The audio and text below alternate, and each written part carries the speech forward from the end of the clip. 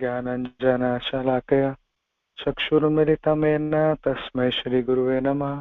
श्रीचैतन्यमनोभीष्टं स्थापितं येन भूतले स्वयं रूपः कदा मह्यं ददाति स्वपदान्तिकं।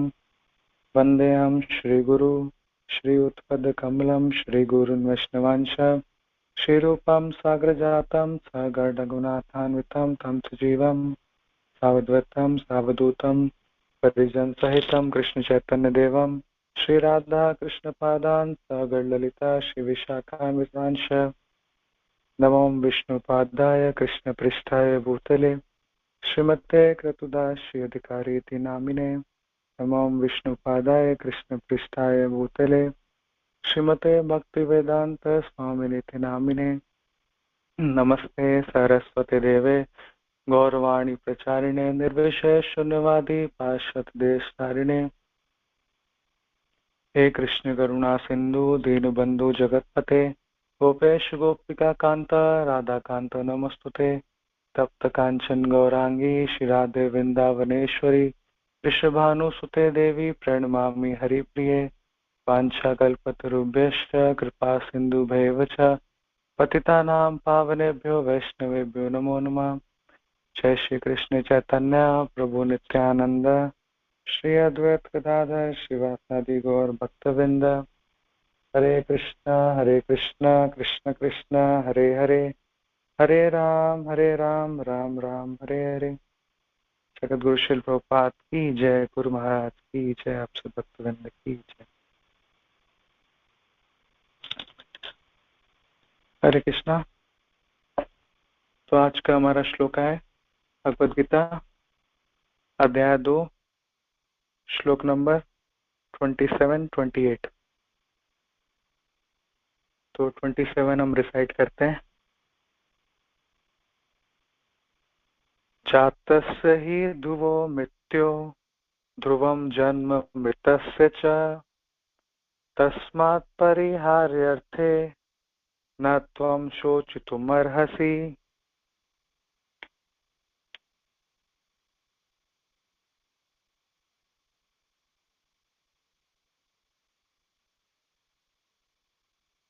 एक मिनट।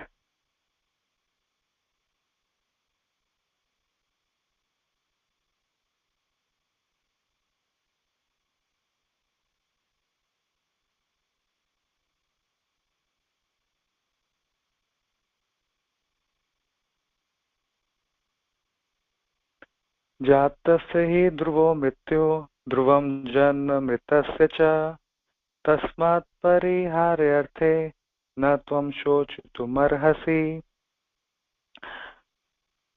जातस्य हि ध्रुवो मृत्यो ध्रुवं जन्म मृतस्य च तस्मात् परिहार्यर्थे न त्वं शोचितुमर्हसि। 28 श्लोक। अव्यक्तादीनि भूतानि व्यक्तमध्यानि भारत अव्यक्तनिधान चैव तत्र का परिदेवना। अव्यक्तादीनि भूतानि व्यक्तमध्यानि भारत अव्यक्तनिध्यान्येव तत्र का परिदेवना। अव्यक्तादीनि भूतानि व्यक्तमध्यानि भारत अव्यक्तनिध्यानेव तत्र का परिदेवना। हरे कृष्णा। प्रभु जी माता जी में को रिसाइट कर सकते हैं 27 श्लोक।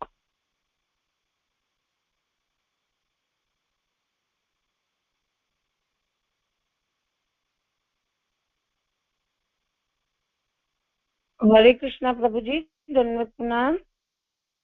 माता जी।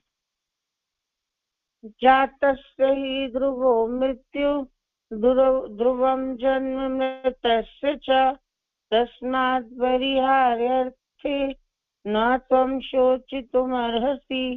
हरे कृष्ण प्रभु जी, दंडवत प्रणाम। थैंक यू माता जी। और कोई माता जी? प्रभु जी।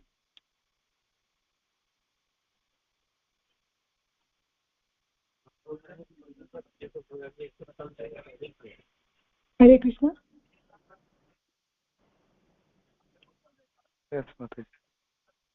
जातस्य हि ध्रुवो मृत्यो ध्रुवं जन्म मृतस्य च तस्माद् परिहार्यर्थे न त्वयं शोचितुमर्हसि। हरे कृष्ण। थैंक यू माता जी। और कोई प्रभु जी? माता जी।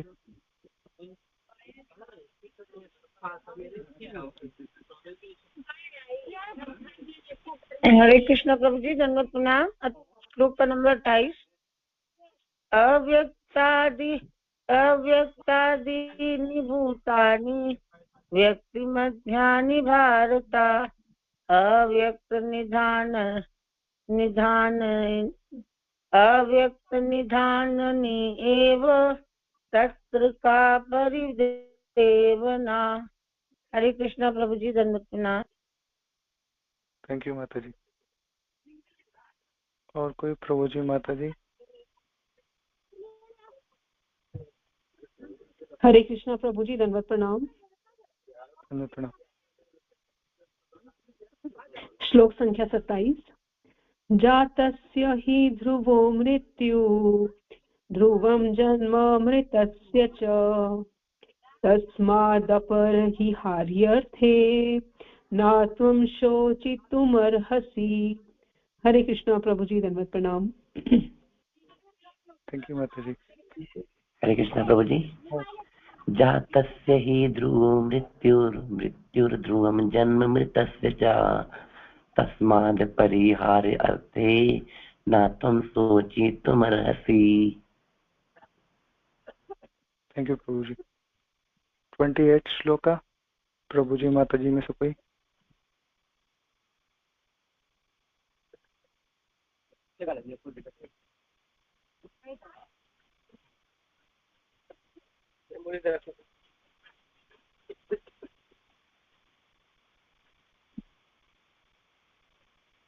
हरे कृष्णा प्रभु जी, दंडवत प्रणाम।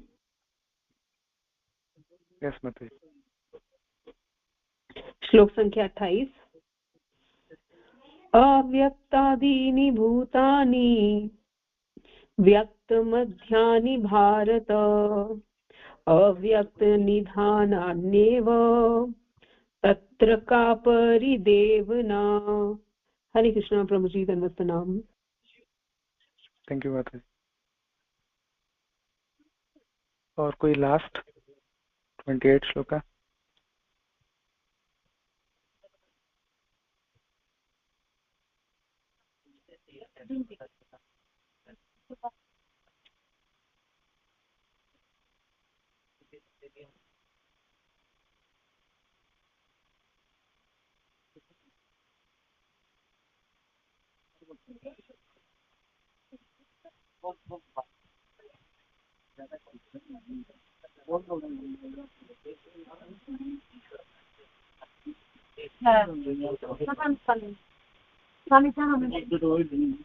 Twenty eight shloka. और कोई लास्ट प्रभु जी माता जी? हरे कृष्ण प्रभु जी, दंडवत प्रणाम। अव्यक्तादीनि भूतानि व्यक्तमध्यानि भारत अव्यक्तनिधनान्येव तत्र का परिदेवना। हरे कृष्ण प्रभु जी, दंडवत प्रणाम। थैंक यू माता जी। 27 श्लोक अनुवाद तात्पर्य पढ़ लेते हैं। अनुवाद तात्पर्य श्रील रूपपाद की जय। जिसने जन्म लिया है उसकी मृत्यु निश्चित है और मृत्यु के पश्चात पुनर्जन्म भी निश्चित है। अतः अपने अपरिहार्य कर्तव्य पालन में तुम्हें शोक नहीं करना चाहिए। तात्पर्य: मनुष्य को अपने कर्मों के अनुसार जन्म ग्रहण करना होता है और एक कर्म अवधि समाप्त होने पर उसे मरना होता है जिससे वह दूसरा जन्म ले सके। इस प्रकार मुक्ति प्राप्त किए बिना ही जन्म मृत्यु का यह चक्र चलता रहता है। जन्म मरण के इस चक्र से वृथा हत्या, वध तथा युद्ध का समर्थन नहीं होता, किंतु मानव समाज में शांति तथा व्यवस्था बनाए रखने के लिए हिंसा तथा युद्ध अपरिहार्य है। कुरुक्षेत्र का युद्ध भगवान की इच्छा होने के कारण अपरिहार्य था और सत्य के लिए युद्ध करना क्षत्रिय का धर्म है। अतः अपने कर्तव्य का पालन करते हुए वह स्वजनों की मृत्यु से भयभीत या शोकाकुल क्यों था? वह विधि कानून को भंग नहीं करना चाहता था, क्योंकि ऐसा करने पर उसे उन पाप कर्मों के फल भोगने पड़ेंगे जिनसे वह अत्यंत भयभीत था। अपने कर्तव्य का पालन करते हुए वह स्वजनों की मृत्यु को रोक नहीं सकता था, और यदि वह अनुचित कर्तव्य पथ का चुनाव करे तो उसे नीचे गिरना होगा। 28 श्लोक अनुवाद तात्पर्य। सारे जीव प्रारंभ में अव्यक्त रहते हैं, मध्य अवस्था में व्यक्त होते हैं और विनिष्ट होने पर पुनः अव्यक्त हो जाते हैं। अतः शोक करने की क्या आवश्यकता है? तात्पर्य। यह स्वीकार करते हुए कि दो प्रकार के दार्शनिक हैं, एक तो वे जो आत्मा के अस्तित्व को मानते हैं और दूसरे वे जो आत्मा के अस्तित्व को नहीं मानते। कहा जा सकता है कि किसी भी दशा में शोक करने का कोई कारण नहीं है। आत्मा के अस्तित्व को न मानने वालों को वेदांतवादी नास्तिक कहते हैं। यदि हम तर्क के लिए इस नास्तिकवादी सिद्धांत को मान भी लें तो भी शोक करने का कोई कारण नहीं है। आत्मा के पृथक अस्तित्व से भिन्न सारे भौतिक तत्व सृष्टि के पूर्व अदृश्य रहते हैं। इस अदृश्य रहने की सूक्ष्म अवस्था से ही दृश्य अवस्था आती है। जिस प्रकार आकाश से वायु उत्पन्न होती है, वायु से अग्नि, अग्नि से जल और जल से पृथ्वी उत्पन्न होती है, पृथ्वी से अनेक प्रकार के पदार्थ प्रकट होते हैं। यथा एक विशाल गगनचुंबी महल पृथ्वी से ही प्रकट है। जब इसे ध्वस्त कर दिया जाता है तो वह अदृश्य हो जाता है और अंततः परमाणु रूप में बना रहता है।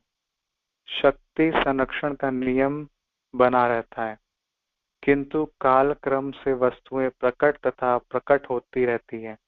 अंतर इतना ही है।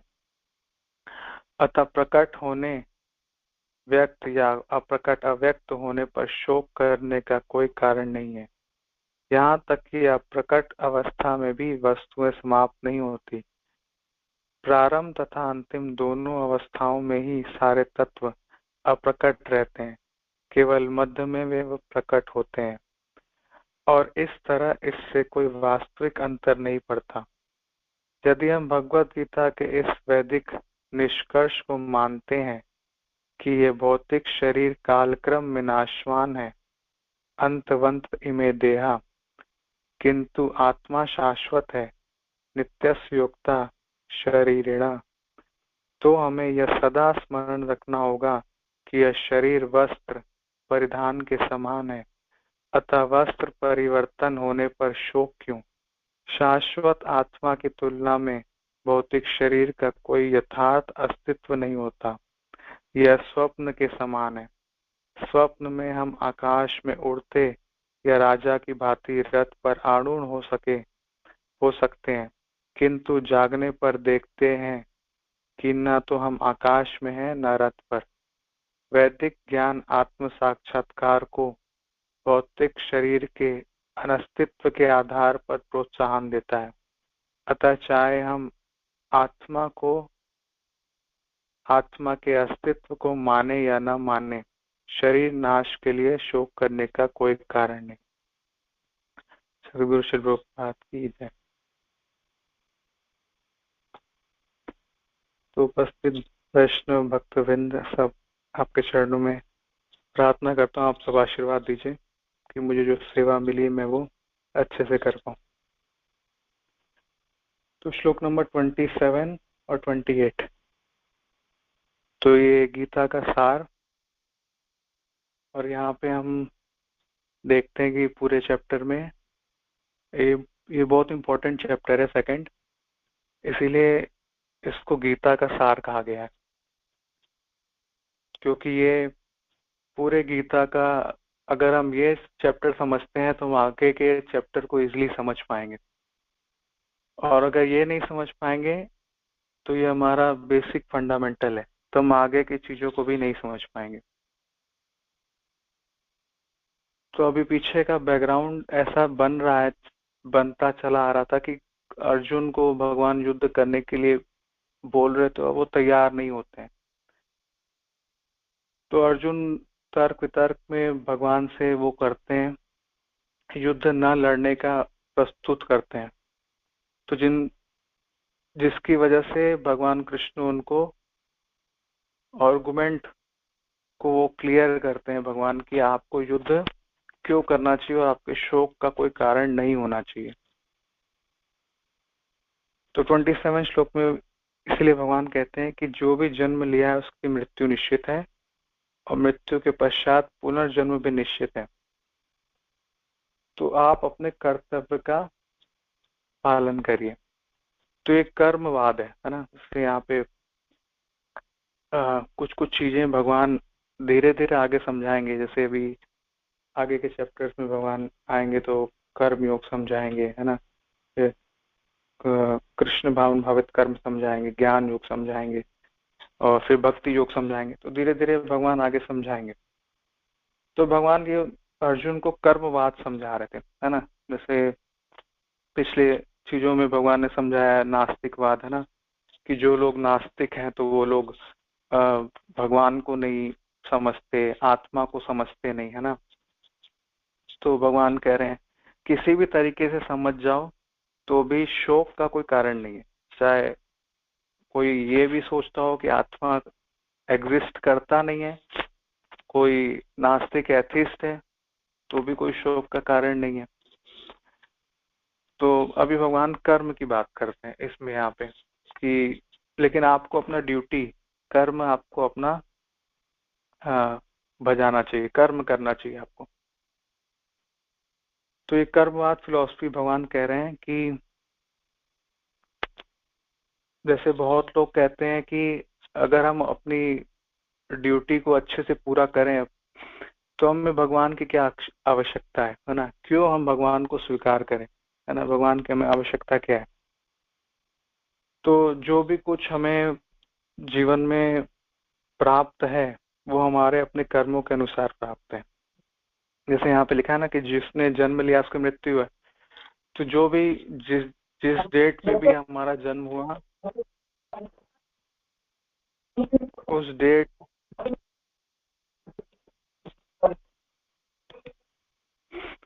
जिस डेट से ही हमारा जन्म हुआ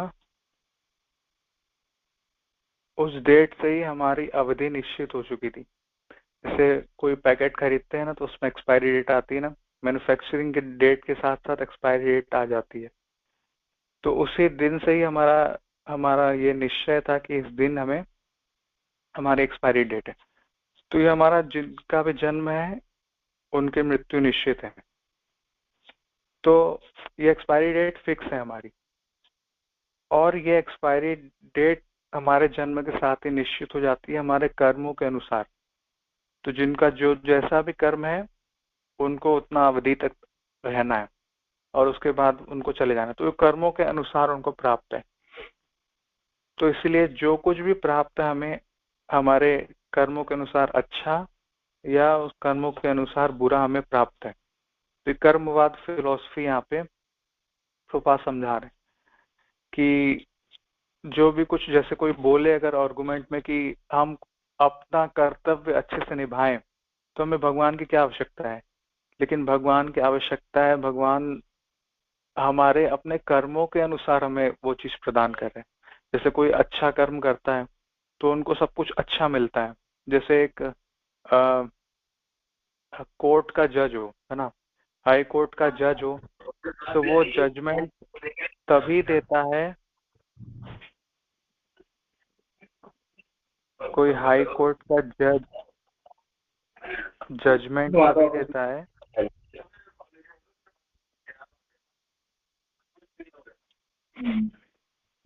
वो जजमेंट तभी देता है जब उनके वैसे कर्म हो। जैसे अच्छा किया हो तो उनको अच्छे रिवॉर्ड्स मिलेंगे, अच्छे सिटीजनशिप में। और अगर बुरा कर्म किया है तो उनको पनिशमेंट दिया जाएगा, पनिश किया जाएगा, या फांसी पे लटकाया जाएगा,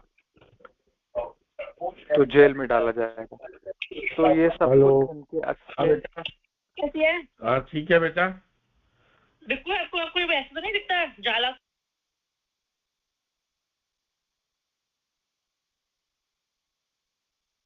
तो ये सब कुछ उनके कर्मों के अनुसार उनको प्राप्त है, अच्छा है बुरा। तो भगवान का रोल इतना है कि भगवान उनको उनके कर्मों के अनुसार वो कुछ प्राप्त कराते हैं। तो जो अच्छा है वो उनको अच्छे अनुसार, उनके अच्छे कर्मों के अनुसार वो रिजल्ट प्राप्त है, और जो बुरा है उनको उनके पनिशमेंट मिलते हैं, वो उनको वो सफरिंग मिलती है। तो इसीलिए अगर कोई कहे भगवान की क्या आवश्यकता है, तो ये भगवान ही है जो हमारे सेंटर में रह के ये कार्य करते हैं, जो हमें अच्छे और बुरे को, हमारे रिजल्ट को प्रदान करते हैं। लेकिन कोई कहे कि हम भगवान की क्या आवश्यकता, हम अपना उनकी उनकी भक्ति क्यों करें, उनकी सेवा क्यों करें, हम अच्छा काम करेंगे तो भगवान हमें अच्छा फल देंगे, हम बुरा काम करेंगे तो हमें बुरा भगवान फल देंगे, तो हम क्यों भगवान की भक्ति करने जाएं, क्यों भगवान के भक्त बने। तो ये कर्मवाद है ना, कर्मवाद लोग ऐसा बोलते हैं, है ना, जो अपने सब चीजों में कर्मों को प्रधान देते हैं, है ना, कर्मवाद। तो वो लोग भक्ति को भक्ति का अस्तित्व मिटाना चाहते हैं। जैसे आगे भगवान कर्म योग चर्चा करते करते कृष्ण भावना व ध्यान योग भक्ति योग में आएंगे आगे। अभी भगवान बेसिक आत्मा के स्तर पे सब कुछ चर्चा कर रहे हैं, फिर आगे भक्ति योग तक आएंगे। तो कर्मवाद जो लोग हैं वो इस चीज को स्टॉप करना चाहते हैं कि भक्ति क्यों करें, भगवान की पूजा उपासना क्यों करें, सेवा क्यों करें।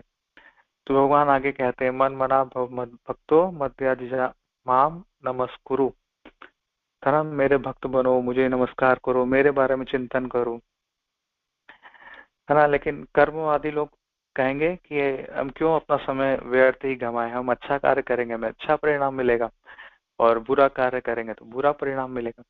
जैसे श्रील प्रभुपाद एक बार बताते हैं कि जब वो 1956 में back to Godhead magazine publish करने जा रहे थे, तो उस समय एक पोस्ट मास्टर था, वो उनको यही प्रश्न करता था, उनके ये मैगजीन को देख के उसने प्रश्न किया, बैक टू गॉड हेड, है ना।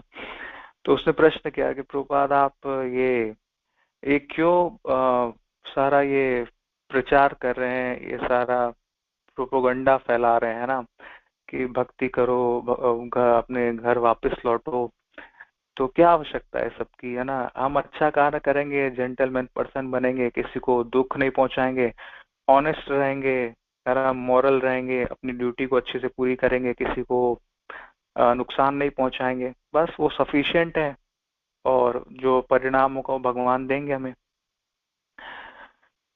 तो प्रभुपाद कहते हैं कि आप जब तक कृष्ण भावन भावित नहीं रहेंगे, मतलब आप गॉड कॉन्शियस नहीं रहेंगे, है ना, आपके में भगवान चेतना नहीं रहेगी, या कृष्ण भावन भावित चेतना नहीं रहेगी, तब तक आप न मोरलिस्ट बन सकते हैं, न ऑनेस्ट बन सकते हैं, न ट्रुथफुल बन सकते हैं।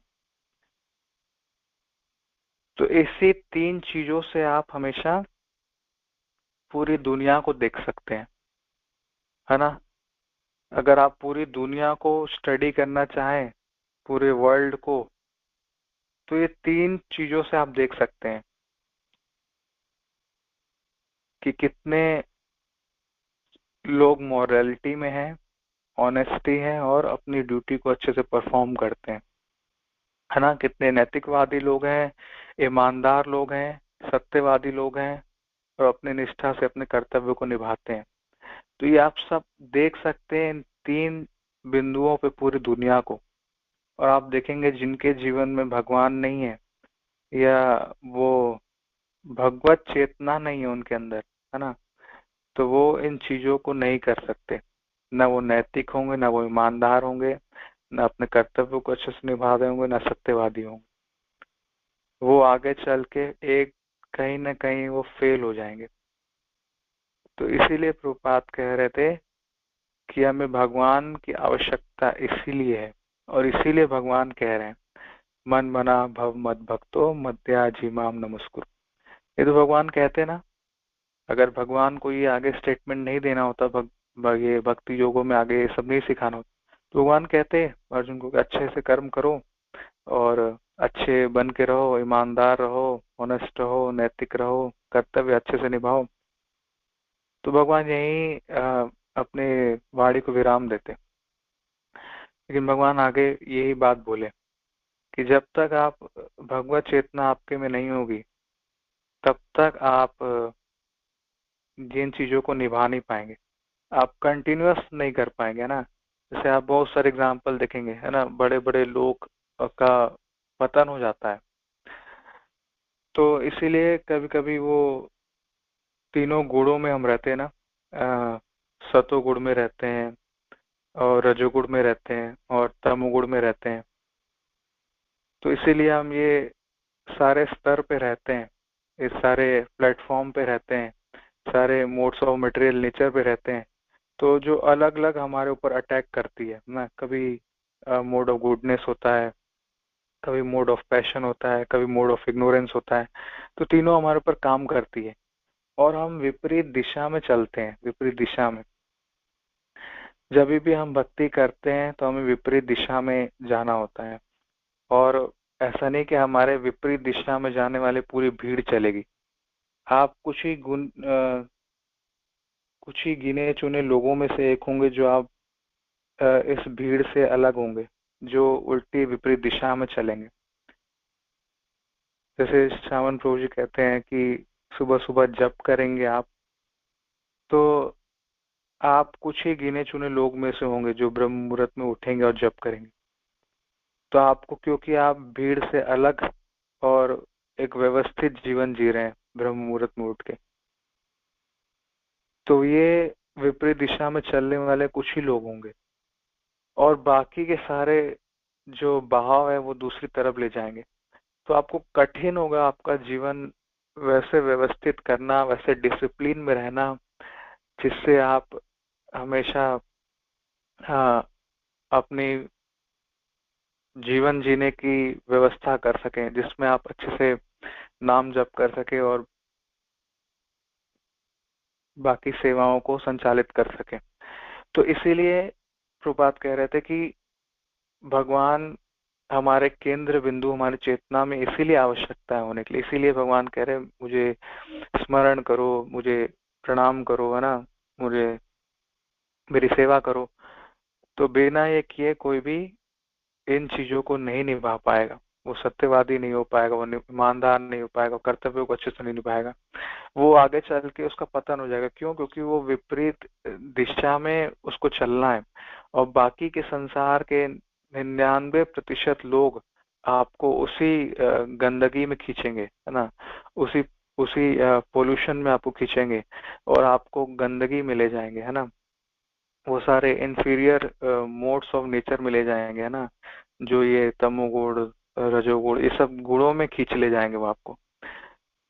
तो इसीलिए एक ना एक दिन अच्छा व्यक्ति भी पाप कर्म से बचा नहीं रह सकता।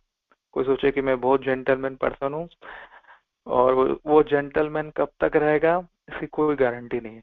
वो आगे कभी ना कभी कुछ ना कुछ पाप कर्म में फंस जाएगा, क्योंकि संसार की पोल्यूटेड चेतना है ना, और विपरीत दिशा में हम जा रहे हैं। तो इसलिए यहाँ पे बोल रहे हैं कि तात्पर्य में कि मनुष्य अपने कर्मों के अनुसार जो है जन्म ग्रहण करते हैं, उनकी कर्म विधि होती है, और कर्म विधि के अनुसार वो जन्म लेते हैं और फिर वो मृत्यु को प्राप्त होते हैं। तो आपको कर्म करना छोड़ना नहीं चाहिए, लेकिन कोई कर्म ही करता रहे, जैसे यहाँ पे रूपाल इतना एक्सप्लेन किए कर्मवादी फिलोसफी पे, कि कोई कर्म ही करता रहे। कोई बोले मुझे भगवान से क्या मतलब, भगवान को क्यों प्रणाम करूं, भगवान का भक्त क्यों बनूं, भगवान को क्यों नमस्कार करूं, मैं कर्म ही कर्म करूं, अपना ड्यूटी पूरा करूंगा ना, भगवान को जो होगा देंगे। तो प्रभुपाद कह रहे हैं नहीं, भगवान को अगर आप चेतना में नहीं रखेंगे तो आप कुछ भी अच्छा कर नहीं पाएंगे। तो इसीलिए जो एथिस्ट होते हैं, निराकार, ये एथिस्ट, नास्तिकवादी लोग, तो नास्तिकवादी लोग इसीलिए ये बेसिक कंसेप्ट ही नहीं समझ पाते, क्योंकि वो ना भगवान को मानते हैं ना वो आत्मा को मानते हैं। तो जो आत्मा को समझेगा वो भगवान को समझेगा, जो भगवान को समझेगा वो आत्मा को समझेगा। तो इसलिए भगवान ये कह रहे हैं कि पिछले श्लोक में भी कहा कि शोक करने का कोई कारण नहीं है।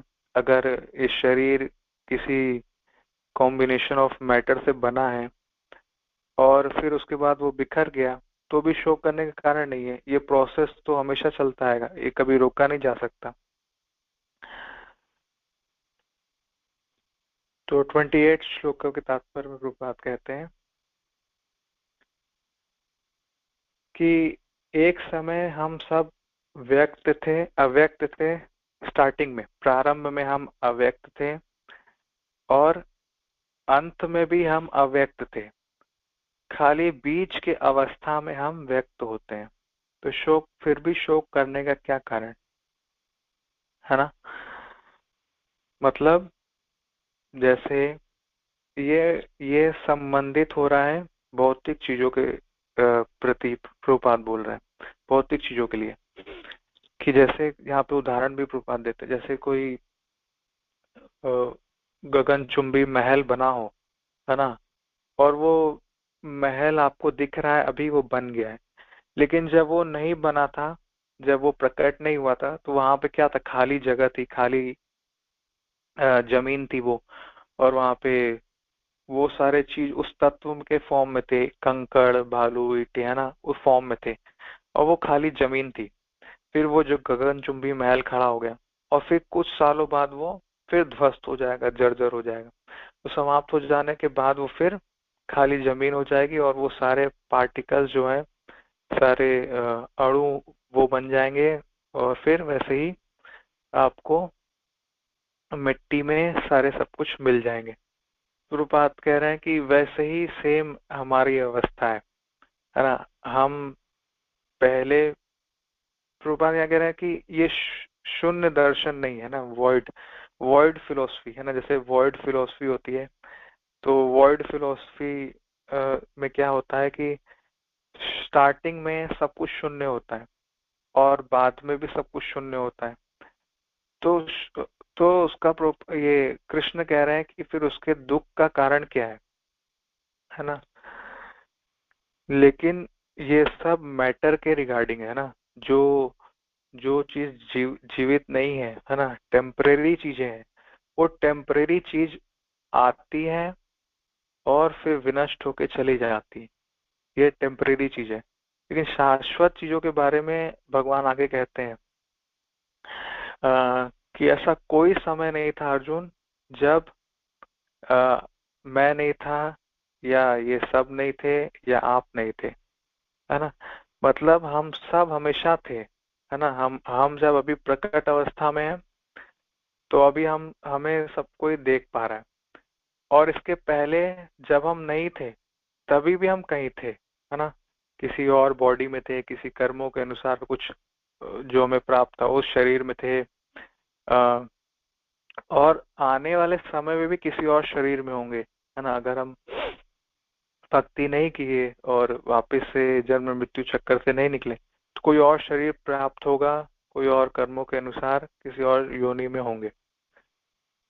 तो इसीलिए हम हमेशा अस्तित्व में हैं, और हम आने से पहले भी, जैसे हम सब ने सुना है कि हम वहाँ विष्णु के गर्भ में होते हैं, गर्भोदक्षाय विष्णु के गर्भ में होते हैं और फिर प्रकट होते हैं।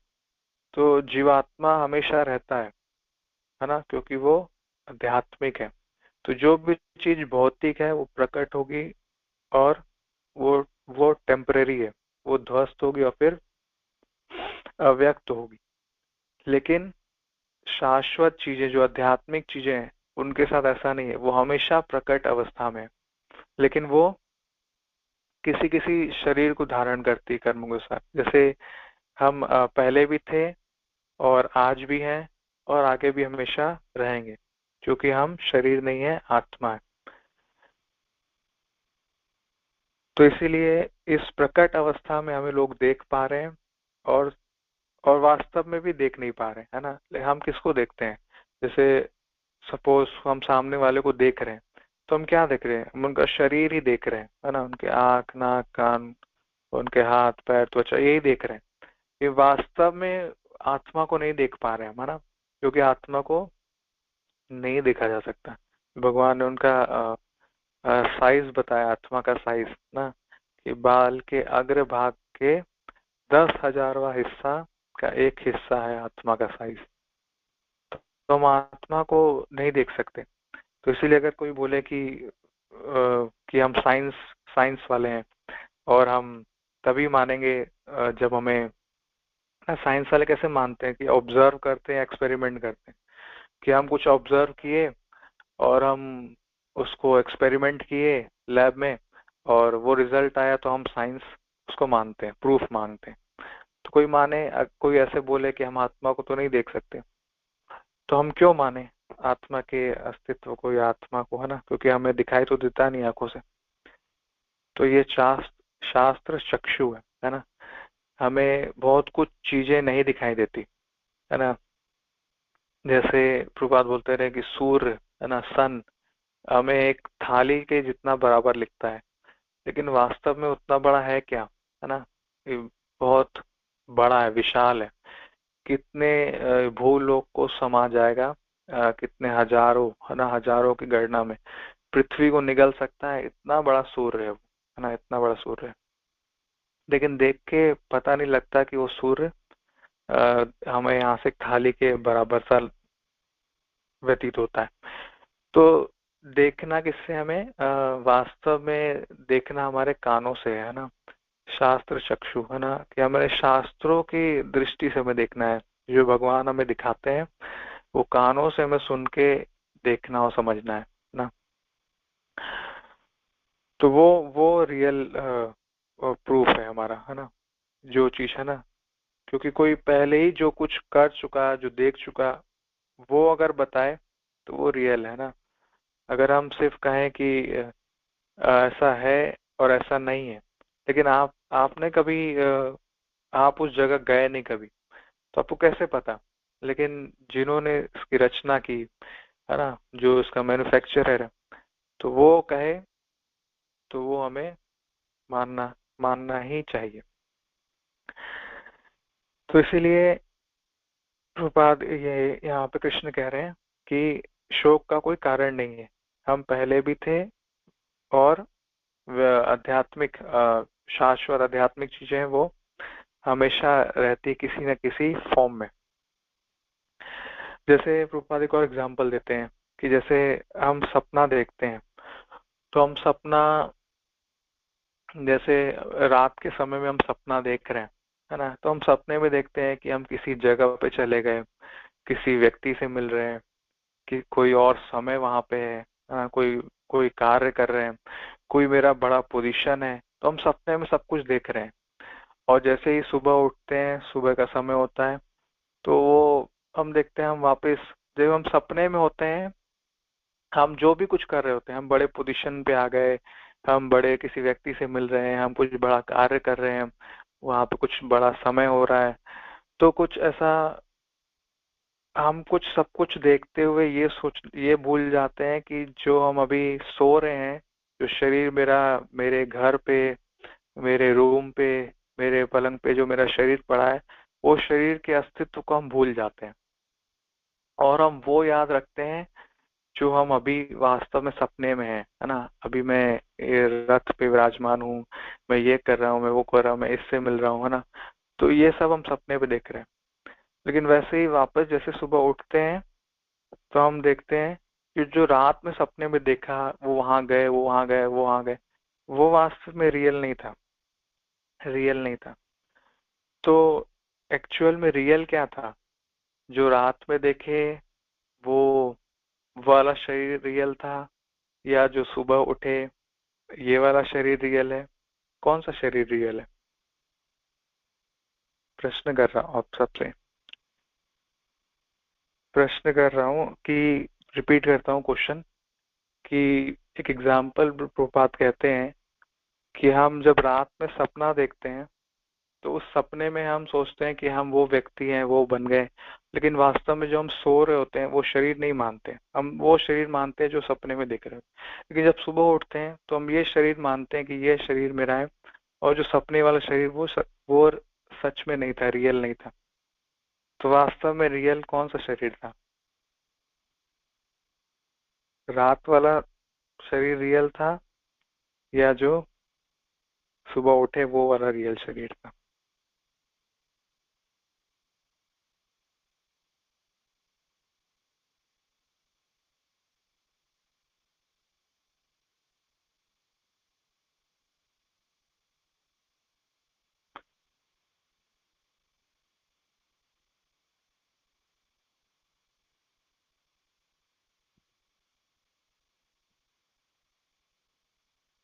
ठीक है, मॉर्निंग वाला, सुबह वाला, सुबह वाला, रात वाला।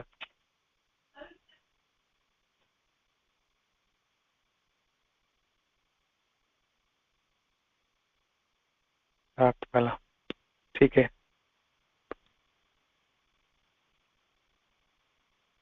चेतना नहीं थी, ठीक है। और हरे कृष्ण प्रभु जी, धन्यवाद प्रणाम। प्रभु जी एक बार रिपीट कर सकते हैं क्वेश्चन प्लीज? हरे कृष्ण धन्यवाद। हाँ, मेरा क्वेश्चन ये है कि प्रभुपाद एग्जाम्पल दे रहे हैं कि जब रात में सपना देखते हैं तो वो वही हम रियल मानते हैं, और हम जो बेड पे सो रहे होते हैं, रात में सपना देख रहे हैं, तो हम सोचते हैं कि हम सब कुछ वही, सपने में जो शरीर है वही सब कुछ है हम। लेकिन जब सुबह उठते हैं तो हम देखते हैं कि सुबह मेरा जो शरीर है वही हम सब कुछ है। रात वाला सपना, जो जो भी हम रात में कार्य जो शरीर में कर रहे थे वो रियल नहीं था। तो मेरा प्रश्न है, कौन सा रियल था?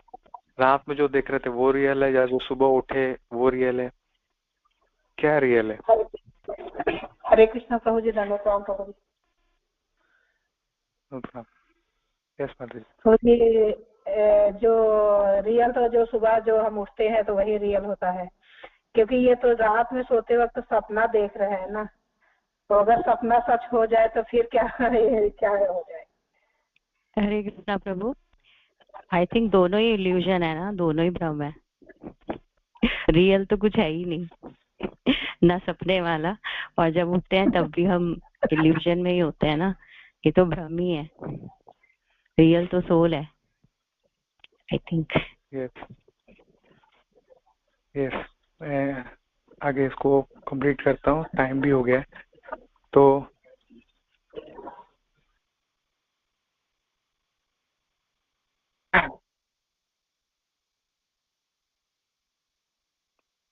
लास्ट में माता जी ने सही कहा, कोई रियल, दोनों रियल नहीं है। जो रात में देखे वो भी रियल नहीं था, क्योंकि सुबह उठ के वो सब गायब हो गया।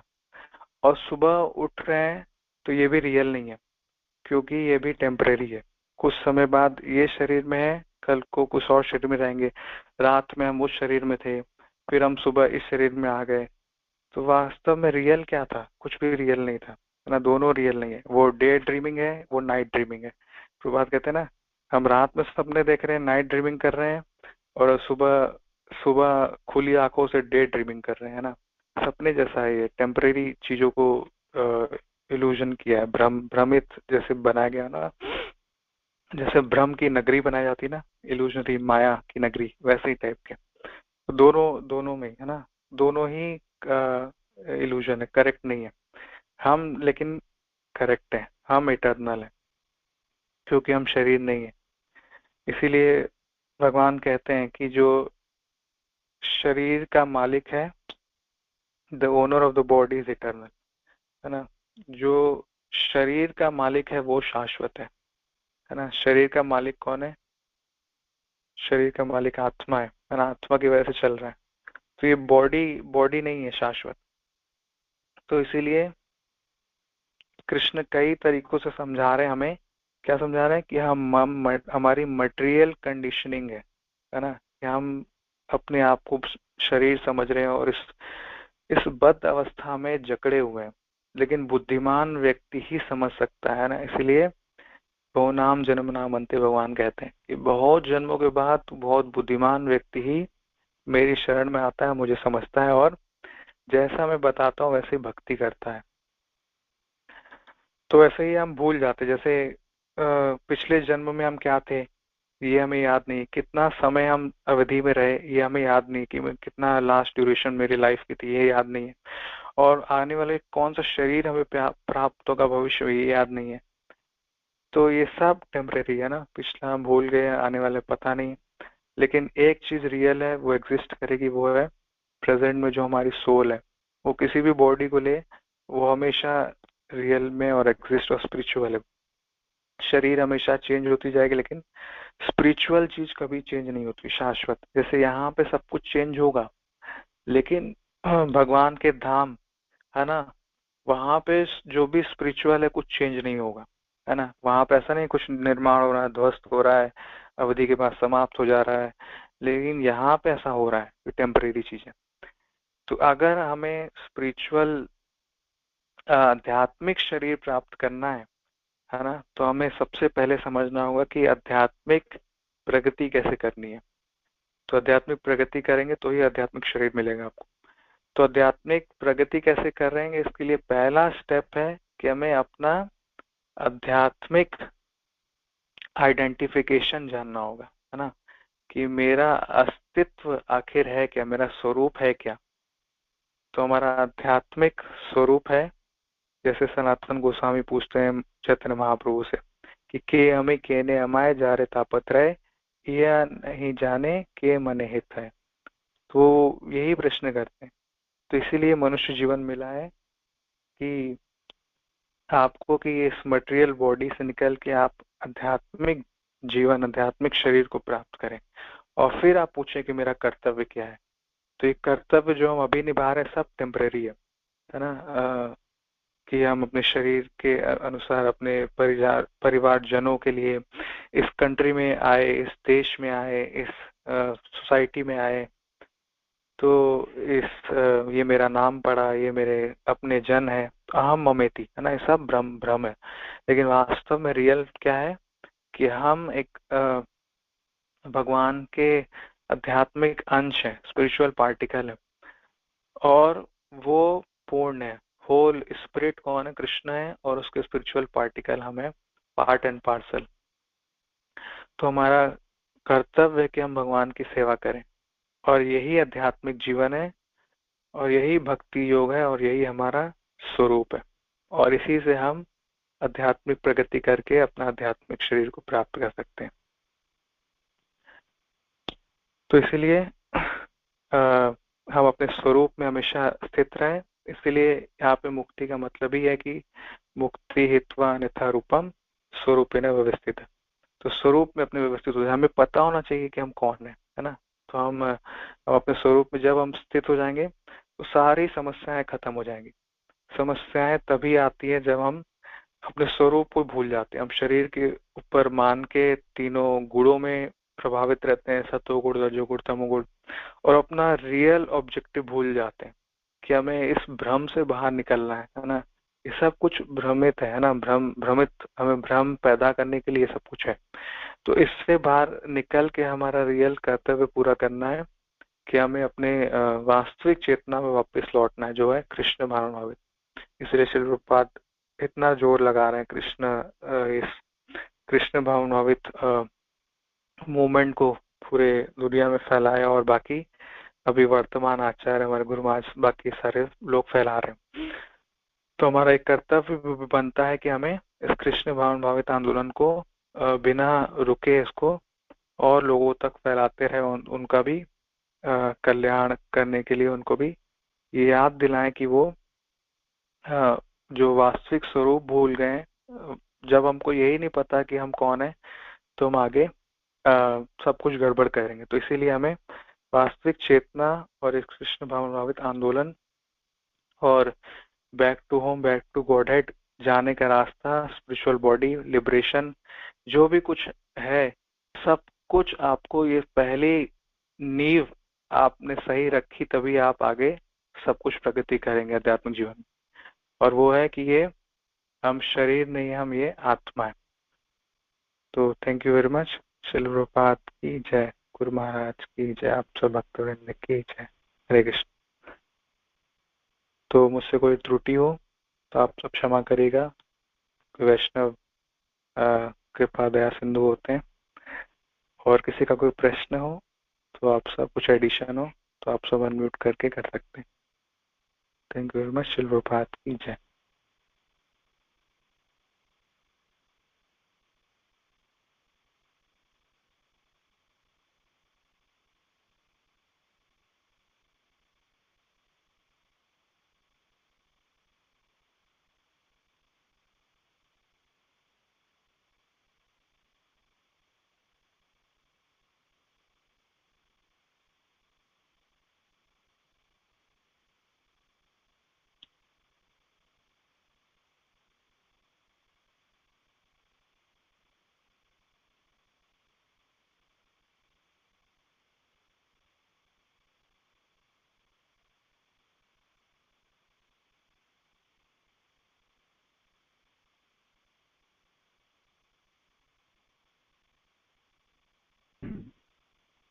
हरे कृष्ण प्रभु जी, नमस्कार।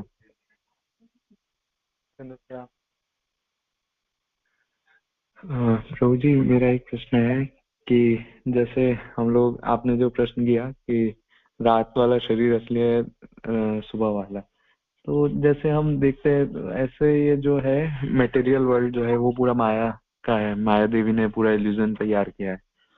तो ये जो हम अगर आत्मा के स्तर पे भी जिए तो हम लोग को अभी कुछ समय तो इधर ही वो करना है, पास करना है। पूरा टाइम जो है, जितना टाइम हमको मिला है उतना टाइम हम लोगों को यहाँ पर निकालना ही निकालना है, चाहे इस लोक में हो या दूसरे लोकों में हो। तो सब इल्यूजन है। तो हम लोग आत्मा के स्तर पे जीने के साथ साथ इस चीज को कैसे नेग्लेक्ट करें कि हमें ये इल्यूजन में नहीं पड़ना। जैसे इस टाइम तो बहुत मुश्किल है, पहले ठीक है, पहले युगों में वो होता था कि बाहर चले गए और ध्यान कर रहे हैं, मेडिटेशन और इन सब में, यज्ञ वगैरह कर रहे हैं, इन सब में एंगेज रहे। तो इस टाइम में ठीक है, नाम आधार है बट कंसंट्रेशन इतना नहीं है। और फिर किसी के लिए इतना आसान तो नहीं है कि वो हर टाइम कृष्ण भावनामृत रहे, कि हर समय भगवान को याद करे। कहीं ना कहीं तो भूल ही जाता है। तो उस चीज को हम लोग अपनी प्रैक्टिस में कैसे लाएं? तो थोड़ा सा इस पर लाइट दीजिए फिर भी। हरे कृष्णा धन्यवाद। हरे कृष्ण। आपने अपना आंसर खुद ही दे दिया। Practice practice makes man perfect. तो हमेशा प्रैक्टिस, आपको प्रैक्टिस प्रैक्टिस प्रैक्टिस करते करते आप उस चीज में, जैसे जैसे नाम जप करने में हमेशा प्रश्न हम करते हैं कि वह नाम जप में कैसे ध्यान लगे, कठिन है, विपरीत दिशा में चलना है और कैसे संभव हो पाएगा। तो सबका आंसर ये है कि बस प्रैक्टिस करते रहना है ना। हर दिन ऐसे ऐसे व्यवस्थित करना है और ऐसे जीना है कि हम उसको प्रैक्टिस करते करते एक दिन जीवन में ढाल पाए। और भगवान ने अर्जुन को भी यही कहा था, है ना, कि सब कुछ आसान है, लेकिन तो भगवान ने कहा अभ्यास कौन थे, है ना, कि अभ्यास करो, प्रैक्टिस प्रैक्टिस प्रैक्टिस करते करते सब कुछ हासिल हो सकता है। जो भी कार्य आप में परफेक्शन हासिल करना चाहो उसको आप प्रैक्टिस से हासिल कर सकते हो, है ना। प्रैक्टिस किसी भी चीज में, आप चाहे भौतिक चीज हो, आध्यात्मिक चीज हो, आप किसी चीज को हर दिन प्रैक्टिस करते रहो करते रहो करते रहो, आपको उसमें सिद्धि परफेक्शन प्राप्त हो जाएगा। तो इसीलिए हमें कितना भी हम इधर उधर गिरे डगमगाए, लेकिन हमें प्रैक्टिस करते रहना है। तो हम विपरीत दिशा में चल रहे हैं, हमें सारे लोग, है ना, इधर उधर खींचेंगे, माया खींचेगी, लेकिन फिर भी भक्तों के संग में रहते हुए, अनुकूल कार्य करते हुए, है ना, जो कृष्ण भक्ति के अनुकूल है, वो सारे कार्य करते हुए और मन और इंद्रियों को समझते हुए, शरीर और आत्मा के कार्यों को अलग समझते हुए, है ना, और कृष्ण चेतना को समझते हुए सब, तो हम प्रैक्टिस करते करते एक दिन उस स्तर पे आ जाएंगे कि हम हमेशा आत्मा के स्तर पे उस चेतना में रह पाएंगे, है ना। प्रैक्टिस से आ जाएगा। थैंक यू प्रभु जी। हाँ यस प्रभु जी, मेरे को उत्तर मिला। बट एक चीज और हम देख सकते हैं, जैसे मटेरियल, उसमें अभी हम लोग वो देखते हैं स्टोरी, अजामिल का स्टोरी देखते हैं, तो उसमें वो लास्ट में अपने बच्चे का नाम बोलता है, लेकिन उसने पूरे जीवन में जो प्रैक्टिस किया वो तो कुछ और ही किया था, लेकिन फिर भी लास्ट टाइम में उसको अपने बच्चे याद आता है और वो भगवान का नाम था। बट वो तो कोई प्रैक्टिस नहीं था कि वो बच्चे का प्रैक्टिस करता हो नाम लेने का। तो ऐसे और भी एग्जांपल्स हैं जिसमें हम लोग ये चीजें देखते हैं। तो वो कैसे पॉसिबल है, मतलब वो लोग का कैसे हो जाता है ये चीज? हम लोग भी इतने समय से मटेरियल प्रैक्टिस में थे, हम लोग भक्ति नहीं कर रहे थे। अभी भी कुछ ऐसा नहीं कि हम बहुत ज्यादा स्पिरिचुअल प्रैक्टिसेस कर रहे हैं। हम लोग फिर कैसे इस चीजों से बाहर निकलेंगे?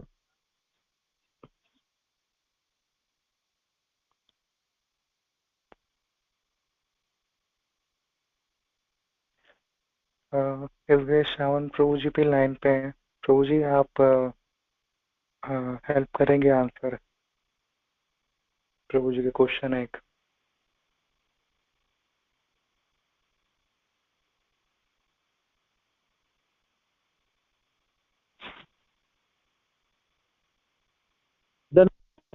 प्रोग्राम में प्रभु हरे कृष्ण, धन्यवाद। मैं सुनने की कोशिश कर रहा था, सुना मैंने। धन्यवाद प्रभु, आपको धन्यवाद। प्रश्नों के उत्तर आपको ही देना है, यहाँ कुछ आवाज आएगी नहीं। अभी बोल। थैंक यू प्रभु जी, thank you so much. Ajamil Ajamil का जो केस है ना, अजामिल का केस बहुत यूनिक केस है। अजामिल का केस पिछले जीवनों से भी है, उनके पिछले जीवन से भी ऐसा केस हुआ है। और अजामिल का जो आपने बोला ना नाम, उसने बेटे को पुकार लिया उसने, है ना? तो बेटे को पुकार लिया तो नारायण को बेटे से आसक्ति थी, है ना? तो इतने समय से रहते रहते वो प्रैक्टिस हो गया था उनके साथ, है ना? जैसे परिवार जनों के साथ, जैसे श्याम प्रभु जी कहते हैं ना कि हमें हम अभ्यस्त है नहाने के लिए, खाने के लिए, सोने के लिए, वो हम कभी छूटता नहीं हमारा, है ना? अपने आप आ गया, अभ्यास हो गया है। तो वैसे अभ्यास में हम ले आए तो वो नॉर्मल लाइफ का रूटीन जैसा हमारा हिस्सा हो जाएगा वो। तो वैसे प्रैक्टिस में अजामिल को आप देख सकते हैं, वैसे प्रैक्टिस में उन्होंने अपने बेटे को पुकारा था, इसीलिए वो अभ्यास था उनके लिए।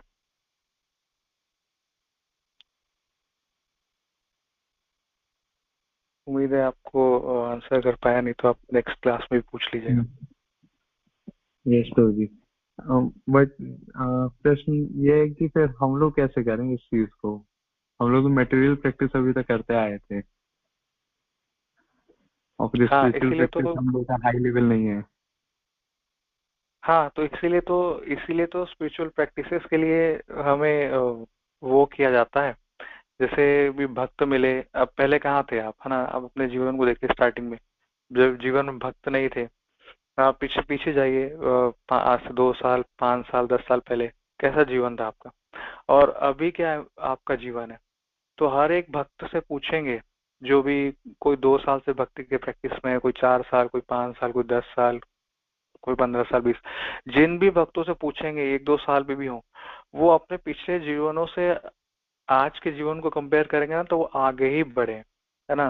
पहले उनको कोई याद आता था, दुख होता था, कोई और याद आता था, तो थोड़ा थोड़ा चेतना भी परिवर्तित हुआ है। कभी कभी कृष्ण याद आ जाते हैं, है ना? हमारे प्रैक्टिस से याद आते हैं, कभी कभी याद आ जाते हैं। तो प्रैक्टिस करते करते कभी कभी ऐसा होगा कि हम जैसे अब एकदम हाईएस्ट लेवल प्रैक्टिस हो गए तो गोपियों के स्तर है, तो उनके तो पल के भी झपकती थी तो वो ब्रह्मा जी को कोसती थी, है ना? कि क्यों ऐसा बना दिया। तो वो ऐसे स्तर पे पहुंच गई। तो प्रैक्टिस का लेवल ऐसे करते करते हमारे हमारे लिए बहुत रूटीन में हो जाएगा कि हम पहले कहाँ थे और आज अभी इस स्तर पे कहाँ है हमें। तो हमें उससे अनुभव होगा, हर एक भक्त का एक्सपीरियंस है कि उनको उनको समझ, हर एक भक्त को प्रैक्टिस करते करते भक्ति में समझ में आता है कि मैं कुछ ना कुछ प्रगति कर रहा हूँ, नहीं तो वो कब का पीछे छोड़ के चले गए होते। एक बार श्रील रूपात के किसी डिसाइपल को वो ब्रह्मचारी इस्कॉन में ब्रह्मचारी के लिए ज्वाइन किया था। तो वहाँ पे बहुत प्रॉब्लम आती थी उनको, मतलब टेम्पल में रहने के लिए। तो वो वहाँ के टेम्पल प्रेसिडेंट से बोलते हैं कि मुझे घर जाना है वापस अब। तो वो कहते हैं कि आप कहाँ से निकल के आए थे, वो पीछे चीजों को याद करिए। आप कहाँ से निकल के आए थे और अभी आप यहाँ पे हैं और आप फिर वापस वहीं जाना चाहते हैं। तो उनको ये रियलाइज हुआ कि जहां से मैं निकल के आया था उससे मच फार बेटर ये कंडीशन आज की है मेरी, क्योंकि आज मैं इन भक्तों के बीच में हूँ जो पहले नहीं था मेरे साथ। पहले मैं मटेरियलिस्टिक लोग के बीच में रहता था, है ना, उन लोग का वैसा चेतना वैसा गुण। लेकिन आज ये भक्त, भले इनमें कुछ कमियां हैं भी, लेकिन ये मेरा अत्यंतिक कल्याण कर सकते हैं अगर मैं इनके बीच में अंतिम सांस तक रहा, इनके साथ रह गया, तो ये मेरा कल्याण कर सकते हैं।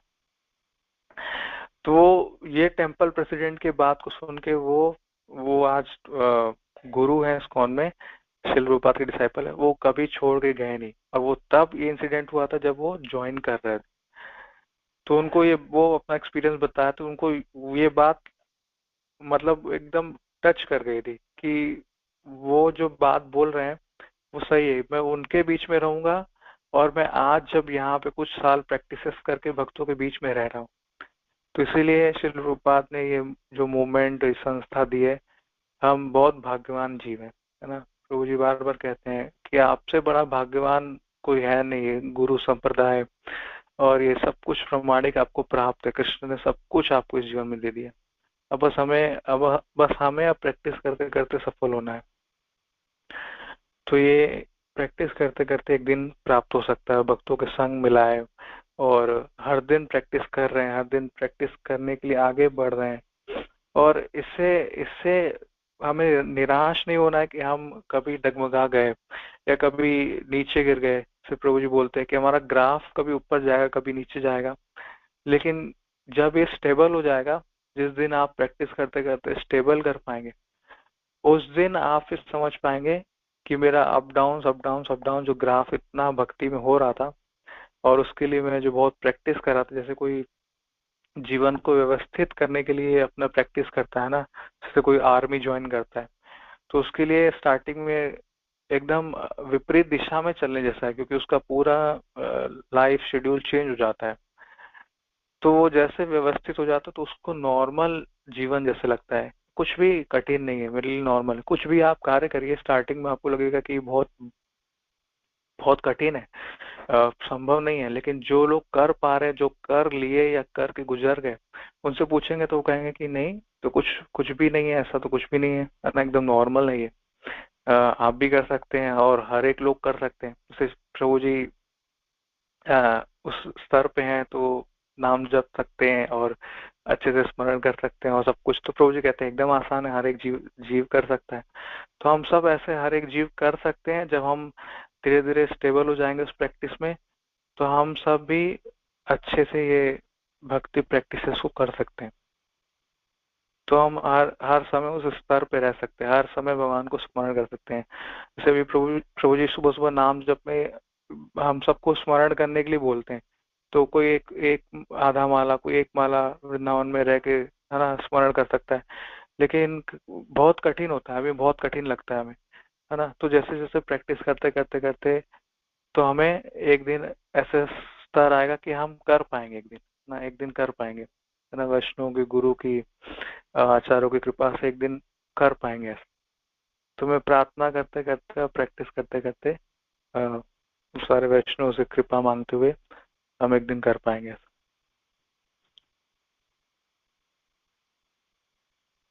Thank you very much. Thank you प्रभु जी। हरे कृष्णा। प्रणाम प्रभु जी, मैं समझ गया, बहुत अच्छा एक्सप्लेन किया प्रभु जी आपने।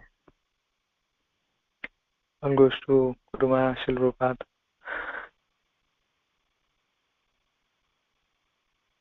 तो प्रभु जी समय हो गया तो क्या विराम दे? हरे कृष्णा प्रभु जी, दंडवत प्रणाम। प्रणाम। हाँ प्रभु जी, बहुत सुंदर क्लास आपकी, और आपने ठीक बोला था। और जैसे कि बोलते हुए हमारी माता जी बोलती हैं कि जब नर्सरी की पढ़ाई नहीं करेंगे तो हम पेपर आगे कैसे दे पाएंगे, 10वीं का कोई पेपर नहीं दे पाएगा या 5वीं का। तो जब हम प्रैक्टिस करते हैं तभी। और प्रभु जी जैसे कि हम किसी संगत में, जैसे कि हम कुछ सुनते हैं भगवान का, या हम गुरु हमारी किताबें शास्त्र हमारे साथ रहते हैं और कुछ भी, तो उससे भी हमें याद रहती भगवान की। हम माया हम पे प्रभाव नहीं डालती है ना। जैसे महामंत्र हमारे चलते रहते हैं कहीं भी, घर में या कोई बाहर हमें कोई मिला, हमारे साथ कोई बैठ रहा है तो हम उनसे भी बात कर सकते हैं, भगवान का चर्चा कर सकते हैं, है ना। तो इससे भी हम भगवान की याद कर सकते हैं, तो हम भगवान को नहीं भूल सकते। बहुत सुंदर प्रभु जी। जैसे मेरे प्रभु जी कहते हैं कि पहले कहते थे कि हम कोई बात नहीं, लास्ट टाइम पे हम भगवान का नाम याद कर लेंगे और भव सागर से तर जाएंगे। तो अभी कुछ 2-3 दिन पहले मेरे प्रभु जी के साथ एक हादसा हो गया था, एक एक्सीडेंट हो गया था अभी। तो वो खुद ही कह रहे थे कि मैं बहुत कोशिश कर रहा था भगवान का नाम लूं, मगर भगवान का नाम बिल्कुल याद नहीं आया। तो मैं उनको बोली कि आप ही कहते हो कि मैं अंत समय में याद कर लूंगा, बताओ कैसे कर सकते हैं। तो प्रैक्टिस से ही हम कामयाब हो सकते हैं प्रभु जी। हमें भगवान को क्षण भर भी भूलना नहीं चाहिए, क्योंकि हम हमेशा याद रखेंगे तो अंत समय हम भगवान को याद कर पाएंगे। कहते हैं कि जब प्रभुपाद भी उनकी मैंने सुना था कि उनकी सांसें जब उनका अपना शरीर त्याग रहे थे वो, तो उनकी हर सांस से कहते हैं कि उनका महामंत्र निकल रहा था। तो बहुत सुंदर प्रभु जी। हरे कृष्णा, जरूर प्रणाम। थैंक यू प्रभु जी। थैंक यू माता जी, बहुत सुंदर एडिशन। माता जी ने जो कहा उससे मुझे एक और इंसिडेंट याद आता है।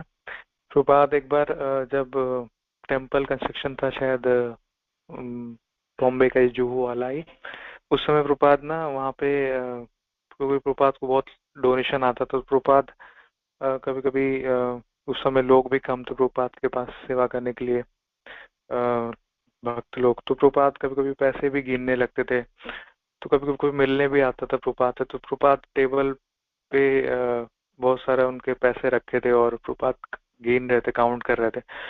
तो कोई भक्त आया तो सोचता है कि कैसे सन्यासी है ना, इनका भक्ति वेदांत स्वामी श्रील प्रभुपाद स्वामी है, सन्यासी हैं, और कैसे इतना पैसा इनके टेबल पे लगाया बैठ के, एक उसकी तरह बिजनेसमैन की तरह है ना,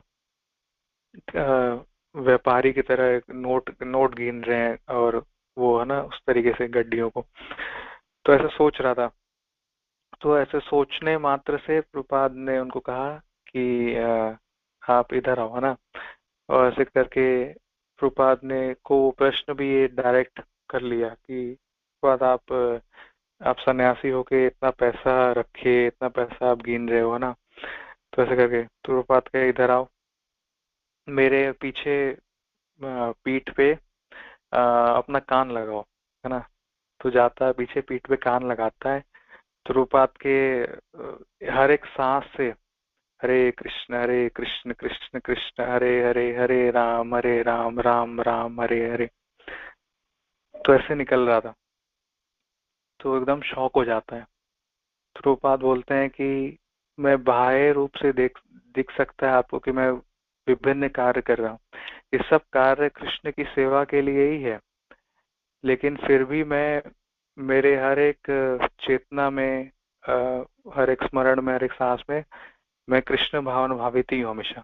ऐसा नहीं कि मैं इन नोटों को गिन रहा हूँ तो मेरा पतन है, या मैं इन अपने कार्य में या भौतिक कार्यों में लगाऊंगा।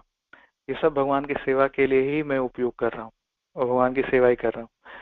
तो उनको ये रियलाइज होता है कि प्रभुपाद हर एक क्षण पे कुछ भी बाह्य रूप से दिख सकते, लेकिन प्रभुपाद हर समय कृष्ण को स्मरण कर सकते थे, हर समय कृष्ण का नाम जप सकते थे। तो प्रभुपाद कभी कभी रोते भी थे, कभी कभी कृष्ण को जब वो देखते थे, उनका दर्शन करते थे, तो कृष्ण को स्मरण करते वो देखने भी लगते थे कृष्ण को, तो प्रभुपाद कभी कभी रोने भी लगते थे। तो इसीलिए प्रभुपाद कुछ भी कार्य करे लेकिन वो हमेशा कृष्ण भावित ही रहते थे। तो इसलिए ये बेसिक चीजें जो यहाँ पे सेकंड चैप्टर में, इसीलिए इम्पोर्टेंट है, इसीलिए गीता का सार है। तो बेसिक चीजें हम जो आत्मा के स्तर पे सब कुछ धीरे धीरे समझते हुए और प्रैक्टिस करते करते, तो एक दिन हमें भी, और हम पिछले जीवनों से, पिछले समय के जीवन के हिस्सों को देखेंगे तो जितना भी हम प्रैक्टिस करते करते हैं तो चेतना में परिवर्तन आया है। इसीलिए श्री रूपाद ने पहला ही ये सारा, जब हम दीक्षा लेने जाते हैं तो पहले ही ये नियम है चारों कि आपको मांस खाना बंद करना है और नशा करना बंद करना है, तो चाय कॉफी है ना, लहसुन प्याज ये सारा, और जुआ खेलना बंद करना है, अवैध संबंध करना बंद करना है। तो ये सब क्या है, हमारा चेतना परिवर्तित तो कर रहे हैं सब। इसीलिए ये 4 नियम भी बनाए गए है ना, 4 सबसे बड़े कलयुग के स्तंभ के पाप है ये, है ना। तो ये सब कुछ जो है हमारी चेतना परिवर्तित कर रहे हैं, तो हमारे चेतनाओं को परिवर्तित कर रहे हैं और कृष्ण भावन भावित कर रहे हैं। इसलिए प्रभुपाद के हर स्टेटमेंट में आपको मिलेगा हमें कृष्ण भावन भावित होना है, कृष्ण भावन भावित। तो आपको हर समय कृष्ण का स्मरण आए, तो धीरे धीरे एक एक स्टेप आप आगे बढ़ रहे है ना। तो आप कभी पहले बॉलीवुड सॉन्ग सुना करते थे, पिक्चरें देखते थे, तो हम कृष्ण भावन भावित होकर सब कुछ चेंज कर रहे हैं ना। अभी हम वैष्णव भजन सुनते हैं, हरे कृष्ण महामंत्र सुनते हैं, तो सब कुछ धीरे धीरे परिवर्तित हो रहा है। पहले लोग घंटों घंटों न्यूज़पेपर पढ़ा करते थे, अभी हम प्रभुपाद की बुक्स पढ़ा करते हैं। तो धीरे धीरे सब में चेतना परिवर्तित हो रहा है, और एक दिन ऐसा समय आएगा कि हमारा सब कुछ जब एकदम पूर्ण 100% 24 आवर हम कृष्ण भावन भावित कर पाएंगे, तो ऑटोमेटिक आपके लिए स्वाभाविक ये अपना जीवन हो जाएगा, है ना। तो यही हमारा स्वरूप है, वास्तव स्वरूप यही है कि हम जन्मों जन्मों से करते आए हैं। इसीलिए ये और टाइम टेकिंग प्रोसेस है, और हम दृढ़ता पूर्वक करते रहे और वैष्णव की कृपा के लिए हम आचरण अपना फैलाए रहे, तो हमें हमारी प्रगति क्षण भर में भी एक नाम जप से भी हो सकती है। प्रभु जी कहते हैं ना, एक नाम ही हमारा कल्याण कर सकता है, लेकिन हम कितना नाम ले लिए लेकिन वो फिर भी कल्याण नहीं कर रहा है, क्योंकि हम अनअटेंटिवली कर रहे हैं ना। तो हम ध्यान पूर्वक करेंगे तो हमें एकदम प्रभाव पड़ेगा। Thank you very much. प्रभु जी समय हो गया, क्या विराम दे सकते हैं? हरे कृष्णा प्रभु जी, धन्यवाद। यस प्रभु जी, आप वाइंड अप कर सकते प्रभु जी। थैंक यू प्रभु जी। वाञ्छाकल्पतरुभ्यश्च कृपा सिन्धुभ्येव च पतितानां पावनेभ्यो वैष्णवेभ्यो नमो नमः। श्रील प्रभुपाद की जय, गुरु महाराज की जय, आप सब भक्तवृंद की जय। कृष्ण प्रभु जी की जय, आप सब की जय। हरे कृष्ण, धन्यवाद।